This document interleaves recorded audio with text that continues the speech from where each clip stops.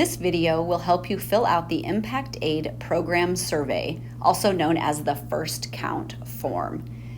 When filling out the form, please be sure to only fill out the sections that are applicable. And if it is applicable to you and your family, please be sure to fill in all boxes of that section.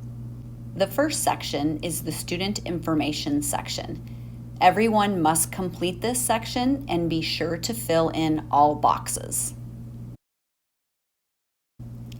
If the above property is a federal property, be sure to check either Rising View or Kaufman Heights.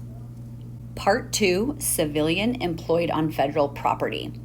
This section is only to be completed if one or the other parent or guardian is a civilian employee working on federal property.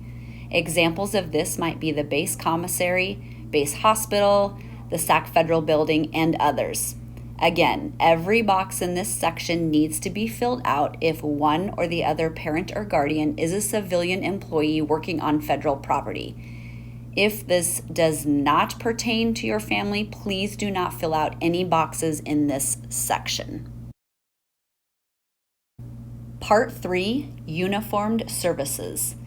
This section is only to be completed if one or the other parent or guardian is an active duty member. Again, every box needs to be filled out completely if it is applicable, and if it is not, please leave the entire section blank.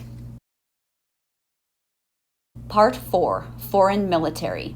This section is only to be completed if one or the other parent or guardian is foreign military and a dignitary.